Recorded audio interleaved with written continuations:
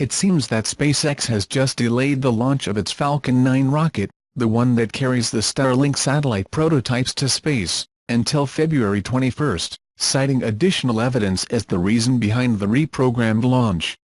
It will give the company more time to check the cone of the restored nose of the rocket. It was assumed that Falcon 9 would be launched on February 18 from the platform of Vandenberg Air Base, sending the internet satellite Starlink and the satellite pause to the company's orbit. Even if the launch of February 18 continues, the mission was already delayed 24 hours to perform more controls.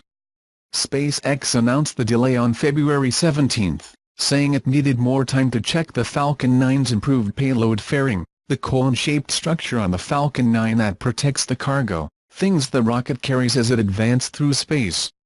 The Vandenberg team is taking more time to perform the final inspections of the improved fairing, SpaceX tweeted. The payload and the vehicle remain healthy.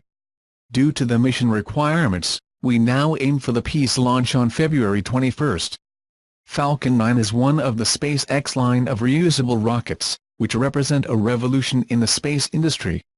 Before SpaceX proved successfully that rockets can be reused, all rocket launches had been one-time missions, with rockets destroyed and virtually useless after their flights. SpaceX demonstrated that the rockets could be like airplanes, it is not necessary to throw them after a flight. According to Space.com, SpaceX's CEO, Elon Musk, apparently expects to find solutions for the recovery of the fairing in the next 6 months, which would simplify the reconditioning and reuse process.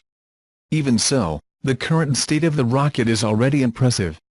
As indicated in the report, other Falcon 9 components have already been recycled from previous missions, including a stage reinforcement launched by the Taiwanese satellite Formosat 5 in August 2017.